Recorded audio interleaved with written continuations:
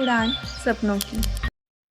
Hello everyone, myself L.V. Misra, BTech from IIT Kanpur and director of शिवाय गुरुकुल। आज आपके सामने आए हैं एक नए वीडियो के साथ। लास्ट वीडियो में हम लोगों ने स्ट्रिंग कंस्ट्रेंट की चर्चा की थी। इस वीडियो में हम लोग सरफेस कंस्ट्रेंट डिस्कस करेंगे।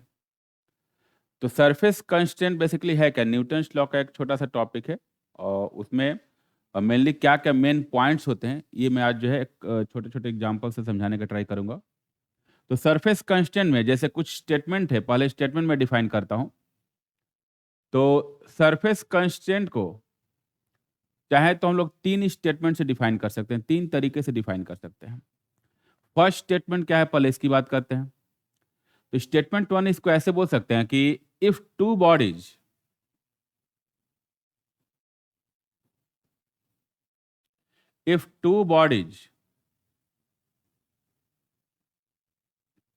Move in contact, if two bodies move in contact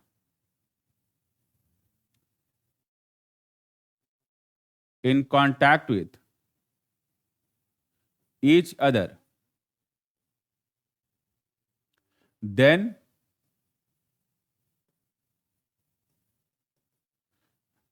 their velocities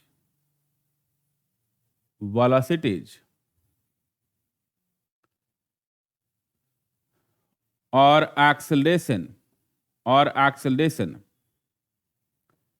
perpendicular to the surfaces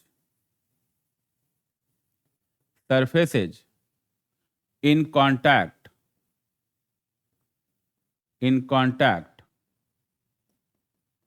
will be same। तो स्टेटमेंट ये बोल रहा है कि अगर दो बॉडीज है, if two bodies are in move in contact with each other, अगर दो बॉडीज एक दूसरे के कांटेक्ट के साथ मूव कर रहा है तो उनकी जो भी वेलोसिटी होगी, जो भी एक्सेलरेशन होगा, उसका component perpendicular to contact surface will be same. अब इसको समझने का ट्राई करते हैं कि बेसिकली ये क्यों चीजें बोल रहा है। जैसे मान लो कि ये एक ऑब्जेक्ट है और ये एक सरफेस जो है, इस सरफेस के कांटेक्ट में ऐसे मोशन हो रहा है, ठीक। अब ये दोनों ऐसे सरफेस आपस में कांटेक्ट में मूव कर रहे हैं। अगर आपस में कांटेक्ट में मूव कर रहे हैं और हमेशा ये कांटेक्ट बना हुआ है, तो इसको सिंपली ऐसे बोल सकते हो कि एक सरफेस के भागने का रेट एंड दूसरे सरफेस का उसको कैच करने का रेट अगर सेम बना हुआ है, तभी ये कांटेक्ट जो है बना रहेगा। कि एक सरफेस जितना इससे दूर जाएगा, दूसरा सरफेस उतना ही उसके पास आ जाना चाहिए ताकि कांटेक्ट बना रहे। तो इसीलिए हम लोग बोल रहे हैं कि अगर दो सरफेस आपस में कांटेक्ट में मूव कर रहे हैं तो कांटेक्ट सरफेस के परपेंडिकुलर एक सरफेस जितने से भागेगा, दूसरा सरफेस उतने से उसको पकड़ेगा। यानी कि एक सरफेस के भागने का रेट दूसरे सरफेस के पकड़ने के रेट के बराबर होगा। तो सरफेस के परपेंडिकुलर जो एक्सेलरेशन होगी, सरफेस के परपेंडिकुलर जो वेलोसिटी होगा, उनकी वैल्यू सेम रहेगी। तो पहला तो स्टेटमेंट ये हो गया। इसी स्टेटमेंट को दूसरे फॉर्म में डिफाइन कर सकते हैं हम लोग।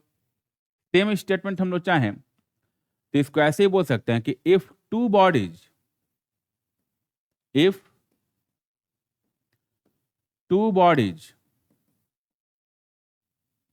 Move in contact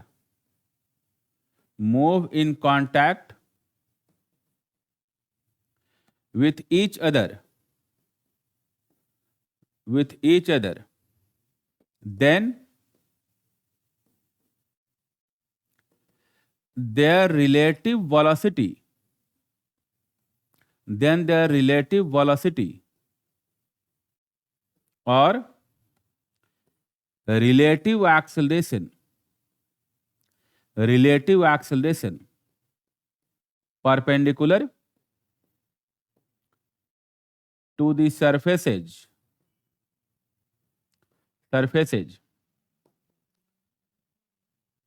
in contact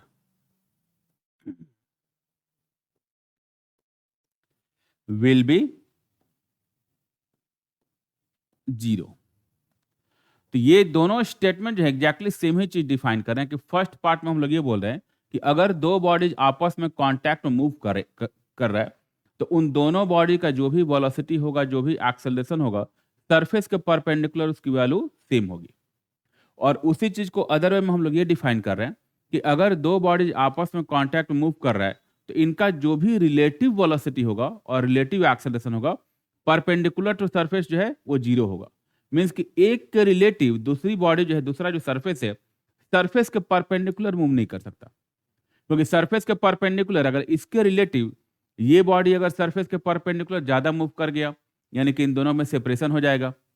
और अगर इस बॉडी से इस बॉडी के रेस्पेक्ट में ये बॉडी सरफेस के परपेंडिकुलर ज्यादा मूव कर गया, यानी कि ये बॉडी इस बॉडी में पेनिट्रेट कर जाएगी। तो अगर ये दोनों में से कोई भी चीज नहीं हो रहा है और दोनों का कांटेक्ट केवल बना हुआ है through out the motion, means कि एक सरफेस सरफेस के परपेंडिकुलर जितने से भाग रहा है, दूसरा सरफेस जो है सरफेस के परपेंडिकुलर उतने से उसको पकड़ रहा है, कैच कर रहा है।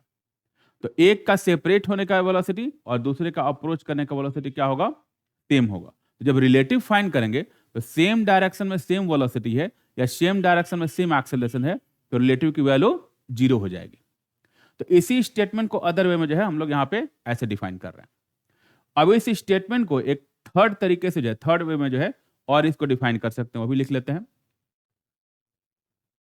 जो स्टेटमेंट 2 है, मैंने बताया है कि दो बॉडीज अगर आपस में कांटेक्ट में हो तो सरफेस के परपेंडिकुलर जो है उनका वेलोसिटी या एक्सेलरेशन सेम रहेगा। इसको ये भी बोल, सरफेस के परपेंडिकुलर उनका रिलेटिव वेलोसिटी और रिलेटिव एक्सेलरेशन जीरो होगा। अब इसको अदर वे में ये भी बोल सकते हैं कि अगर दो बॉडी आपस में कांटेक्ट में है, देन देयर रिलेटिव वेलोसिटी और relative acceleration will be always parallel to the surface. अगर दो बॉडी आपस में कांटेक्ट में मूव कर रहा है तो एक दूसरे के रिलेटिव वो एक दूसरे के सरफेस पे केवल स्लिप कर सकता है, यानी कि जो भी उनका रिलेटिव वेलोसिटी होगा या जो भी रिलेटिव एक्सेलरेशन होगा, that will be always parallel to the surface. तो इस स्टेटमेंट को नेक्स्ट हम लोग ऐसे डिफाइन कर सकते हैं, that means if two bodies if two bodies move in contact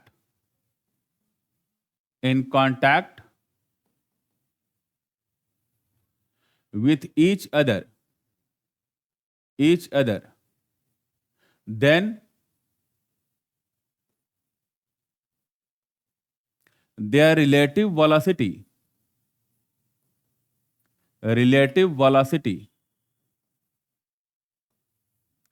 or relative acceleration will be always parallel to the surfaces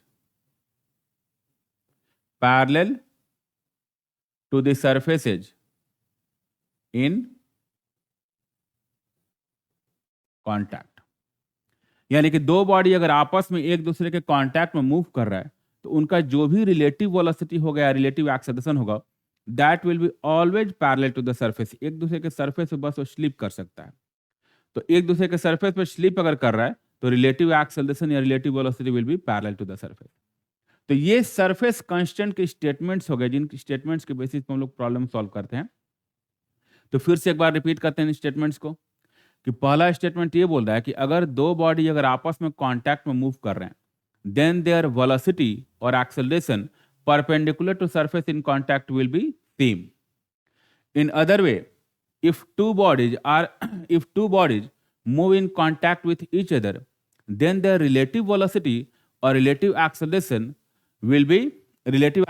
perpendicular to surface will be zero. Or we can say that if two bodies move in contact with each other, then their relative velocity or relative acceleration will be always parallel to the surface. अब ये जो तीनों statements हैं, इन तीनों statements को define करने के लिए, इनको समझने के लिए एक बेसिक एग्जांपल मैं लूंगा, जिससे सरफेस कांस्टेंट में रिलेशन कैसे फाइंड करते हैं वो हमारे पास आ जाएगा। तो अब इसके लिए जैसे एक एग्जांपल ले रहा हूं, जैसे मान लो कि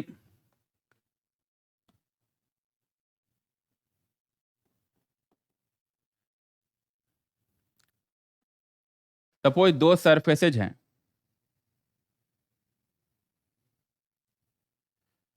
एक हॉरिजॉन्टल सरफेस हो गया, एक वर्टिकल सरफेस हो गया। इन दोनों सरफेस पे दो ऑब्जेक्ट्स, दो ब्लॉक्स रखे हुए हैं, ठीक। तो एक ब्लॉक इस हॉरिजॉन्टल सरफेस पे रखा हुआ है, ये ब्लॉक का शेप कुछ ऐसे दिया हुआ। This block is suppose m1 and this angle it is theta. Now another block जो है, इसके ऊपर जो है इन्वर्टेड फॉर्म में सेम शेप का इसके ऊपर उल्टा करके रखा हुआ है। अब उस ब्लॉक का कंडीशन कुछ ये है कि ये ब्लॉक ऐसे रखा हुआ है, एक वॉल ये हो गया इसका, दूसरा वॉल इस वर्टिकल वॉल के कांटेक्ट में है, और तीसरा फेस जो है, जो स्लैंटेड फेस है, ये यहां तक ऐसे कांटेक्ट में, and again this angle is theta, and suppose mass of this block is m2। अब जैसे अगर कोई पूछता है कि इन दोनों ब्लॉक्स को अगर रिलीज किया जाए, then find acceleration of both the blocks. इनको रिलीज करेंगे तो इन दोनों ब्लॉक्स के एक्सेलरेशंस क्या होंगे, ये हम लोग को फाइंड करना है। तो जैसे स्ट्रिंग कांस्टेंट में हम लोग डिस्कस किए थे कि पहले हम लोग न्यूटन्स लॉ की इक्वेशन लिखते हैं एंड देन कांस्टेंट रिलेशन लिखते हैं। यहां भी हम लोग क्या करेंगे कि पहले न्यूटन्स लॉ की इक्वेशन लिखेंगे और फिर देखेंगे कि कांस्टेंट रिलेशन की रिक्वायरमेंट क्यों आती है और वो रिलेशन कैसे लिखा जाता है। तो सबसे पहला काम, इन दोनों ब्लॉक्स का मैं एफबीडी ड्रॉ करूंगा, और एफबीडी ड्रॉ करके न्यूटन्स लॉ की इक्वेशन क्या क्या बनेगी वो हम लोग लिखने का ट्राई करेंगे। तो पहले मान लीजिए कि m1 जो है, m1 ब्लॉक का एफबीडी ड्रॉ करते हैं। तो m1 ब्लॉक को प्लॉट किया। अब इसके थ्रू एफबीडी कैसे ड्रॉ किया जाता है उसका भी एक डिटेल में बताता हूं कि जैसे किसी भी बॉडी का फ्री बॉडी डायग्राम अगर ड्रॉ करना है, तो फ्री बॉडी डायग्राम ड्रॉ करने के कुछ बेसिक स्टेप्स होते हैं। जैसे m1 मास जो है, इसका फ्री बॉडी डायग्राम हम ड्रॉ करना चाह रहे हैं, तो पहले m1 मास को प्लॉट करेंगे। m1 मास को जो है सराउंडिंग से आइसोलेट करेंगे, उसका बाउंड्री प्लॉट करेंगे, एंड देन इस बाउंड्री के बाहर से जो भी फोर्सेज लग रहे हैं उन फोर्सेज को इस पे एक एक करके प्लॉट करते चले जाएंगे। तो अब इस बाउंड्री से बाहर क्या क्या फोर्स लग रहा है इस पे देख लेते हैं। तो एक तो इसका मास है तो वेट लगेगा, तो वेट एक्ट्स वर्टिकली डाउनवर्ड, तो वेट m1g डाउनवर्ड एक्ट कर रहा है। फिर ये जो सरफेस है, ये ब्लॉक जो है, इस ब्लॉक का सरफेस दो जगह पे कांटेक्ट में है, एक यहां पे ग्राउंड के साथ कांटेक्ट में है और एक यहां पे कांटेक्ट में है। यहां के नॉर्मल फोर्स को normal force due to ground assume कर लेते हैं, ये जो है इस नॉर्मल फोर्स को n मान लेते हैं, और यहां पे कांटेक्ट है इस नॉर्मल फोर्स को normal force due to wall मान लेते हैं, ठीक है। तो अब इस m1 ब्लॉक पे ग्राउंड का एक नॉर्मल लग रहा होगा इस सरफेस के परपेंडिकुलर, एक ये फोर्स हो जाएगा normal force due to ground, और एक इस सरफेस के परपेंडिकुलर n लगेगा, तो इसके perpendicular normal force n apply कर दिया।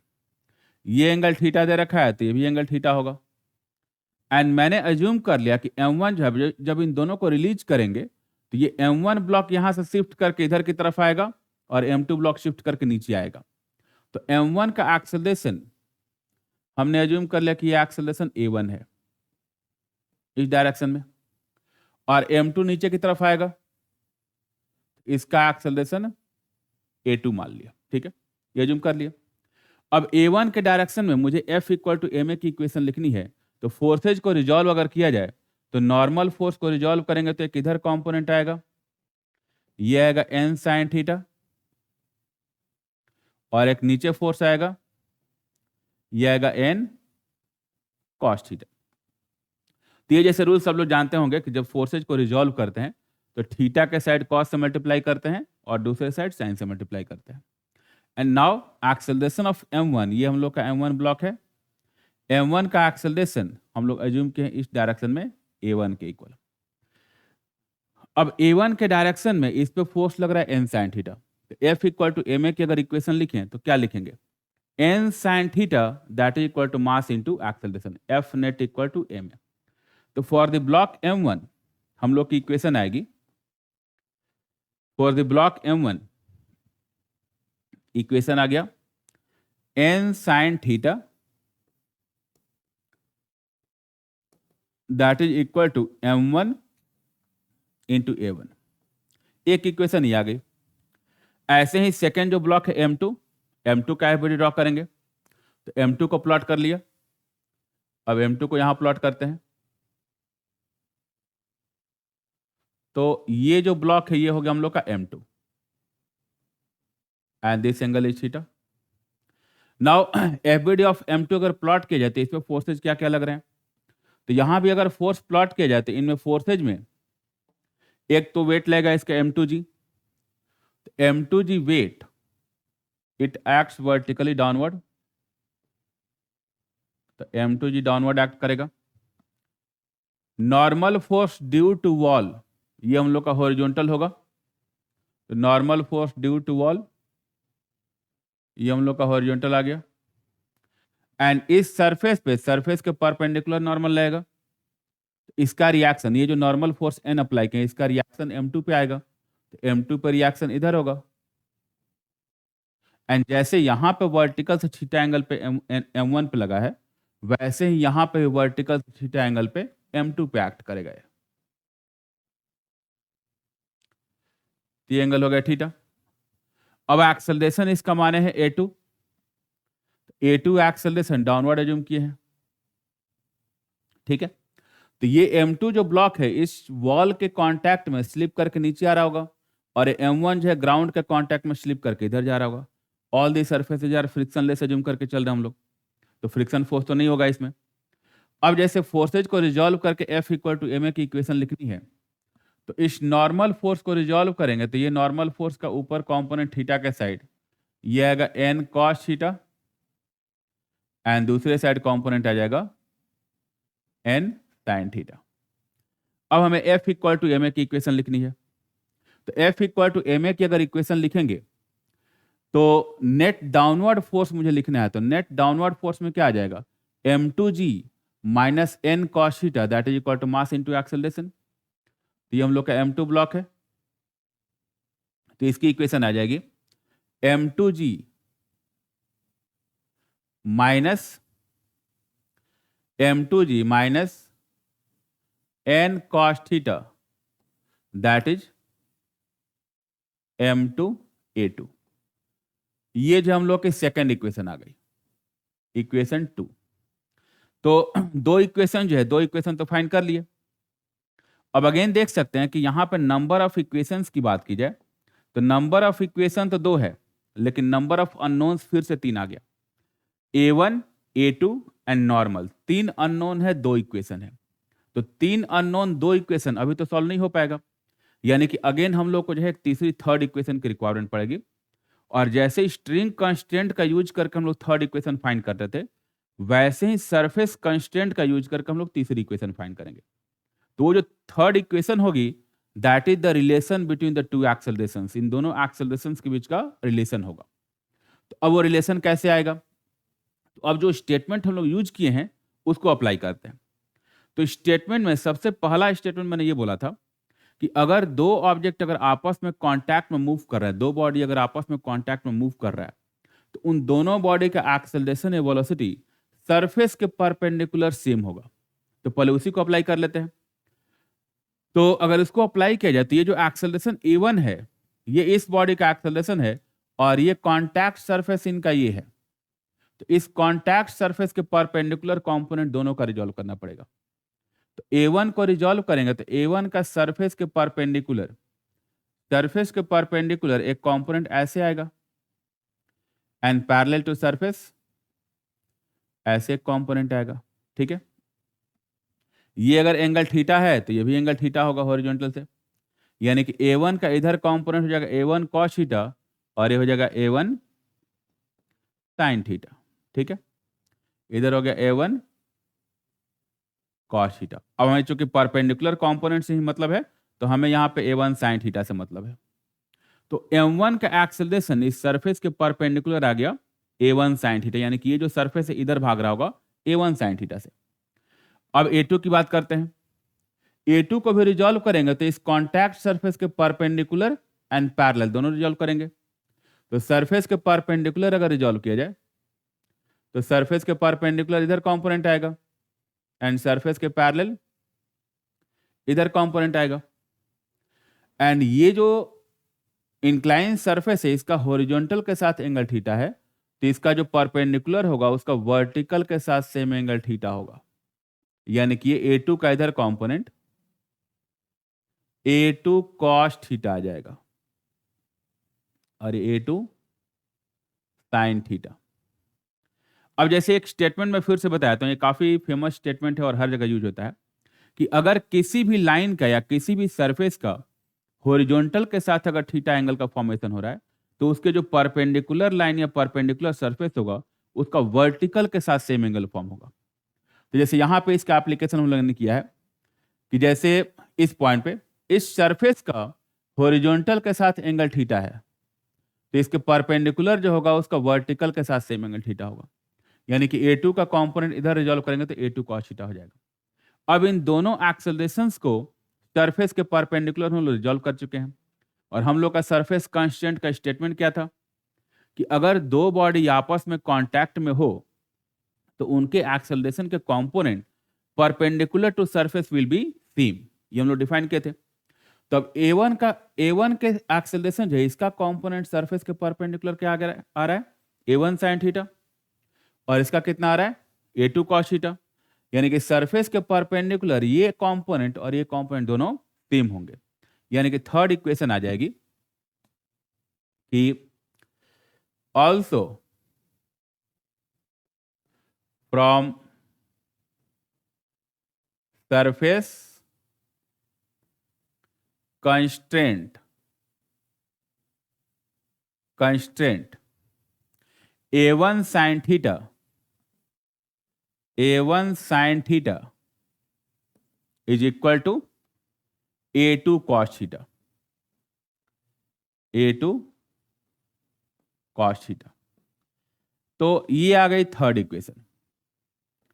एंड अब देख सकते हैं कि हमारे पास 3 अननोन भी है और 3 इक्वेशन भी है। तो अब इस 3 अननोन और 3 इक्वेशन को सॉल्व करना आसान होगा। अब एक बार फिर बात करते हैं कि जैसे यहां पे मैंने सरफेस कंस्ट्रेंट की इक्वेशन फाइंड किया जो थर्ड इक्वेशन, अभी मैंने स्टेटमेंट यूज किया कि अगर दो बॉडी आपस में कांटेक्ट में हो तो उनके एक्सेलरेशन या velocity perpendicular to surface will be same. अब सेकंड स्टेटमेंट तो सेम ही था कि रिलेटिव वेलोसिटी या एक्सेलरेशन जो है जीरो हो जाएगा क्योंकि सेम डायरेक्शन में सेम एक्सेलरेशन है तो रिलेटिव जीरो हो जाएगा। जो थर्ड जो हम लोग स्टेटमेंट लिखे थे उसकी बात करते हैं कि अगर दो बॉडी आपस में कांटेक्ट में होगा देन द रिलेटिव वेलोसिटी और relative acceleration will be parallel to the surface. इसकी बात करते हैं। तो A1 और A2 का रिलेटिव एक्सेलरेशन फाइंड करते हैं। तो इस कांस्टेंट रिलेशन के अल्टरनेट की बात करें तो बाय यूजिंग रिलेटिव से अगर यूज करें तो जैसे मान लो कि हम लोग जो है with respect to M1 M2 का मोशन देखना चाह रहे हैं तो विथ रेस्पेक्ट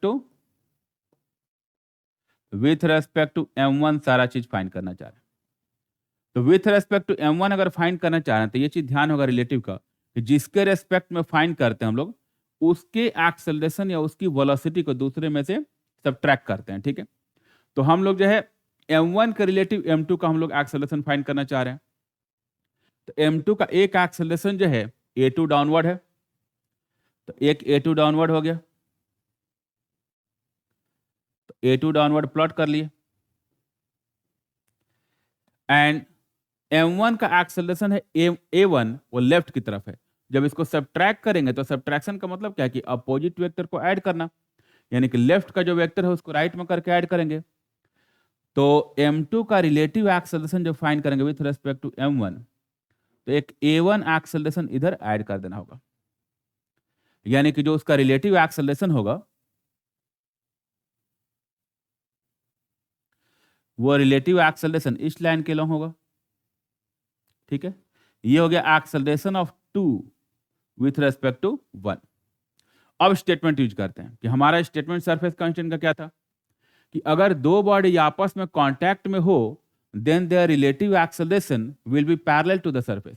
तो रिलेटिव एक्सेलरेशन अगर पैरेलल टू द सरफेस है तो ये acceleration of 2 with respect to 1 जो होगा वो इस सरफेस के पैरेलल होगा ना। तो acceleration of 2 with respect to 1 अगर इस सरफेस के पैरेलल है तो उसका हॉरिजॉन्टल के साथ एंगल कितना होना चाहिए? थीटा होना चाहिए। यानी कि यहाँ पे ये जो हॉरिजॉन्टल से एंगल होगा ये एंगल थीटा होना चाहिए, नहीं? और अगर ये अगर एंगल थीटा है तो यहां से हम लोग रिलेशन फाइंड कर सकते हैं कि नाउ tan थीटा इस इक्वेशन से फाइंड करें तो tan theta equal to P by B, perpendicular is A2 and base is A1।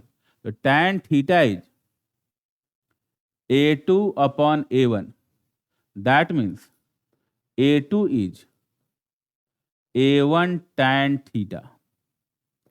ये जो है ये हम लोग के थर्ड इक्वेशन चाहे तो ऐसे ही फाइंड कर सकते हैं।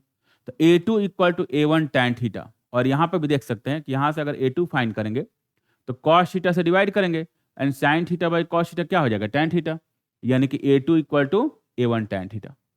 तो या तो A2 equal to A1 tan theta ये रिलेटिव वाला स्टेटमेंट यूज करके फाइंड करें, या हम लोग जो है परपेंडिकुलर सेम करके फाइंड करें, इससे कोई फर्क नहीं पड़ेगा। तो ये जो एक बेसिक जो क्वेश्चन है इसमें हम लोगों ने ये चीज समझने का ट्राई किया कि सरफेस कंस्ट्रेंट जो है, सरफेस कंस्ट्रेंट की रिक्वायरमेंट क्यों होती है, सरफेस कंस्ट्रेंट हम लोग क्यों यूज करते हैं, और सरफेस कंस्ट्रेंट को कैसे अप्लाई करते हैं। तो फिर से एक बार चीज़ों को समराइज करता हूं मैं कि सरफेस कंस्ट्रेंट कहाँ से आया। तो सरफेस कंस्ट्रेंट हम लोग इसलिए अप्लाई किए कि हमारे पास दो इक्वेशन था और तीन अननोन थे। तीन अननोन दो इक्वेशन से सॉल्व नहीं कर सकते, तो एक एक्स्ट्रा इक्वेशन की रिक्वायरमेंट थी जो कि हम लोग एक्सेलरेशन में रिलेशन फाइंड करके जो है लाए थे यहाँ पे। तो सरफेस कंस्ट्रेंट जो है वही एक एक्स्ट्रा इक्वेशन जो है फाइंड करने में यूज होता है। उसको चाहे तो परपेंडिकुलर एक्सेलरेशन सेम करके फाइंड कर सकते हैं, चाहे तो relative acceleration parallel to surface जो है ये करके फाइंड कर सकते हैं। तो ये ओवरऑल एक सरफेस कंस्ट्रेंट का एप्लीकेशन था। तो होपफुली आज के वीडियो में सरफेस कंस्ट्रेंट है क्या, कैसे अप्लाई करते हैं, इसका कॉन्सेप्ट क्या है और क्या इसके टेक्निक्स हैं, होपफुली समझ में आया होगा। तो मिलते हैं एक नए वीडियो के साथ, नए कॉन्सेप्ट के साथ नेक्स्ट डे। तब तक के लिए धन्यवाद।